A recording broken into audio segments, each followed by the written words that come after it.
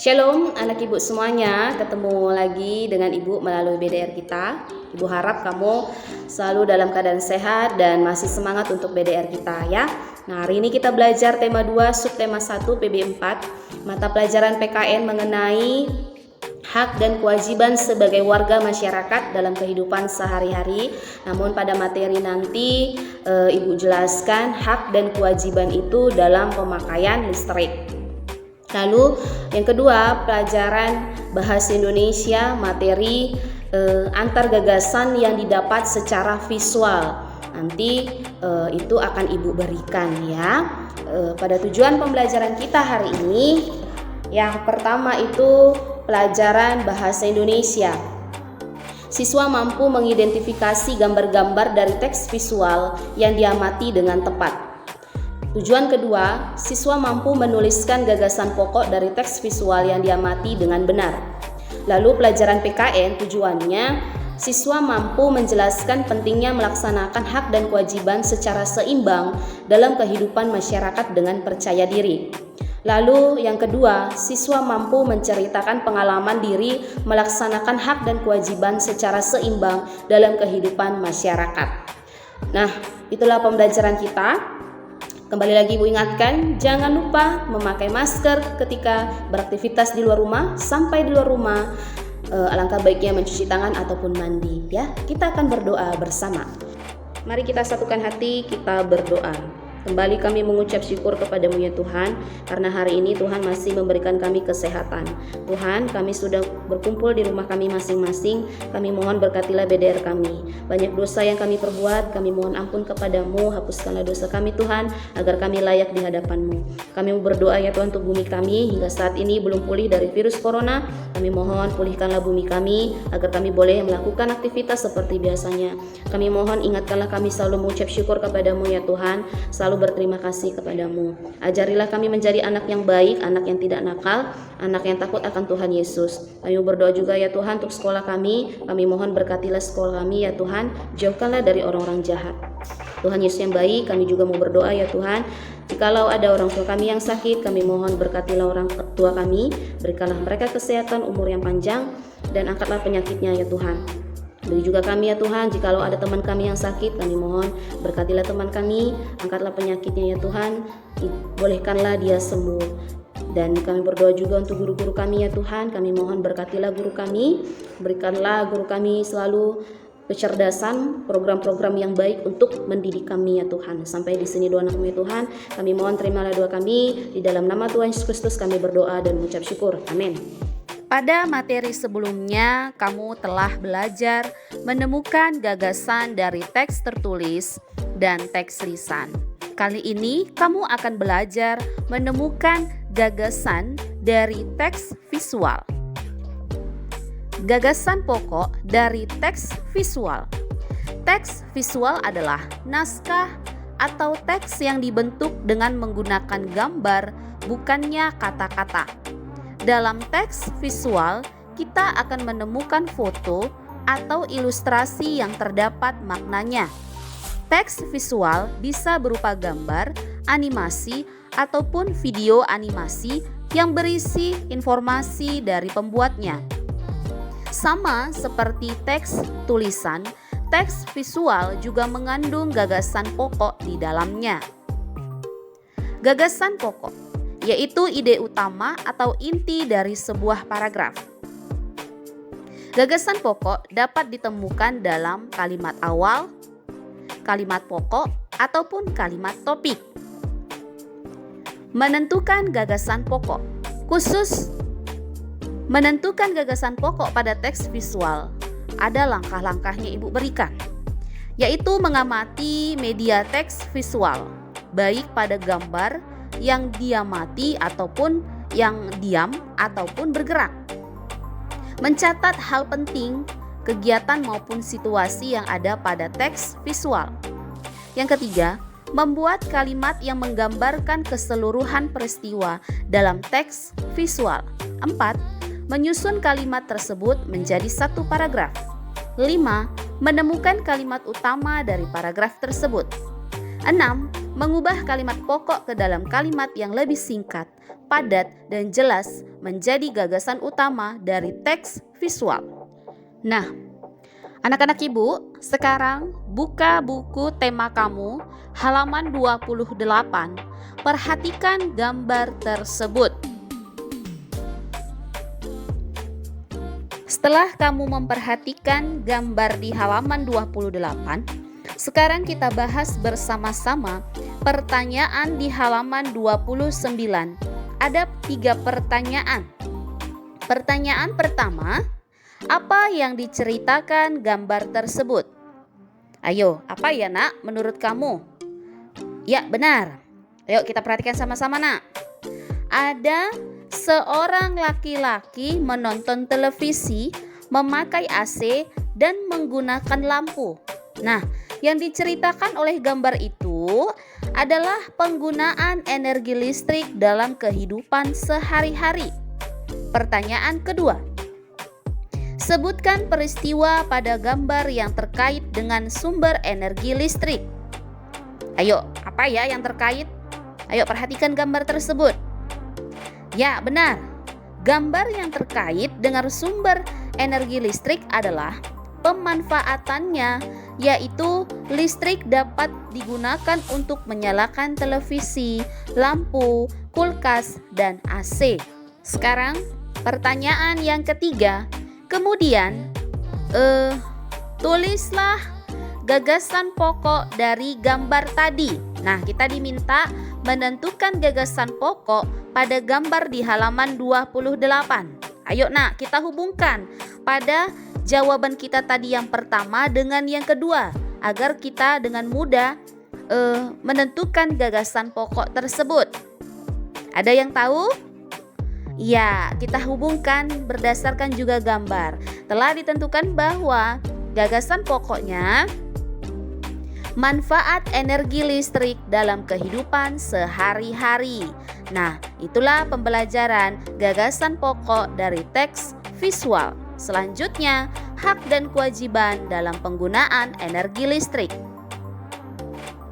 Hak adalah segala sesuatu yang harus didapatkan dan kita miliki oleh setiap orang yang telah ada sejak lahir bahkan sebelum lahir. Untuk mendapatkan hak, kita harus melaksanakan kewajiban dengan baik. Kewajiban adalah sesuatu yang harus dilaksanakan atau dilakukan setelah kita melakukan kewajiban. Kita boleh mendapatkan hak. Selanjutnya, hak dalam penggunaan energi listrik, yaitu menggunakan listrik untuk keperluan sehari-hari. Menyalakan lampu ketika keadaan di dalam rumah gelap. Menyalakan televisi untuk menonton berita atau kartun kesukaan. Menggunakan listrik untuk mengisi daya baterai HP ataupun ponsel. Menggunakan listrik untuk mengisi daya komputer sebagai media belajar di rumah. Kewajibannya, wajib menghemat penggunaan listrik. Wajib mematikan lampu jika tidak digunakan. Wajib mematikan televisi jika tidak digunakan. Wajib mencabut kabel yang terhubung dengan stop kontak jika sedang tidak digunakan. Itulah mengenai arti hak dan kewajiban. Begitu juga hak dalam penggunaan energi listrik dan kewajiban dalam penggunaan energi listrik. Sekarang, Ibu minta kamu ambil buku tema 2 kamu, lihat. Ayo, lihat di halaman 29 ada gambar A. Amatilah gambar tersebut, nah. Oke, setelah kamu amati, sekarang lihat halaman 30. Kita akan bahas bersama 4 pertanyaan tersebut. Yang pertama, apakah kita berhak menyalakan televisi? Jelaskan. Ayo, menurut kamu berdasarkan gambar tersebut, bagaimana jawabannya nak? Ya, jawabannya ya, kita berhak menyalakan televisi. Tetapi apabila kita hendak tidur, sebaiknya televisi dimatikan. Karena kita juga punya kewajiban untuk menghemat energi listrik.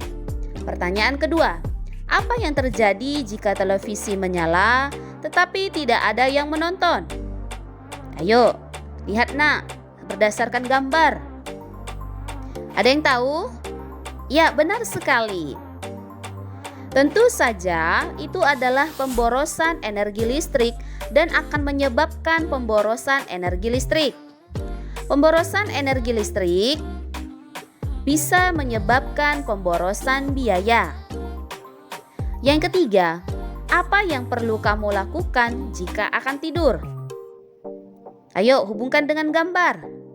Benar, jika akan tidur sebaiknya mematikan semua alat elektronik yang tidak digunakan.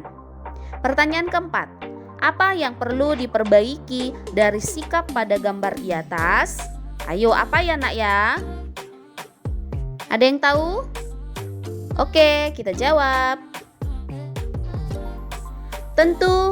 Tentunya yang perlu diperbaiki yaitu kita harus memanfaatkan energi listrik secara bijak, menggunakan energi listrik secukupnya dan tidak boros. Selanjutnya, perhatikan gambar halaman 30, gambar B. Kita amati bersama-sama.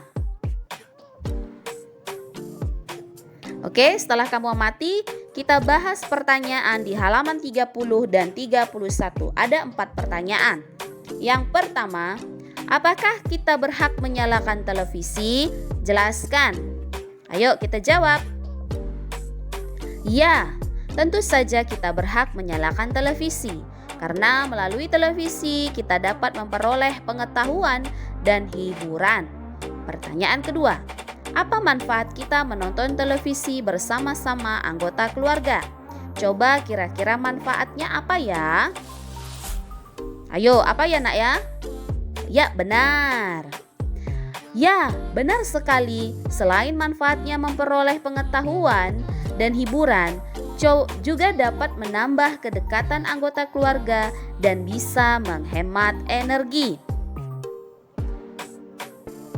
Lalu pertanyaan yang ketiga. Apa yang akan terjadi jika setiap anggota keluarga menonton televisi sendiri-sendiri? Apa yang terjadi, anak? Ada yang tahu? Ya, benar sekali. Yang akan terjadi adalah kebersamaan anggota keluarga akan berkurang.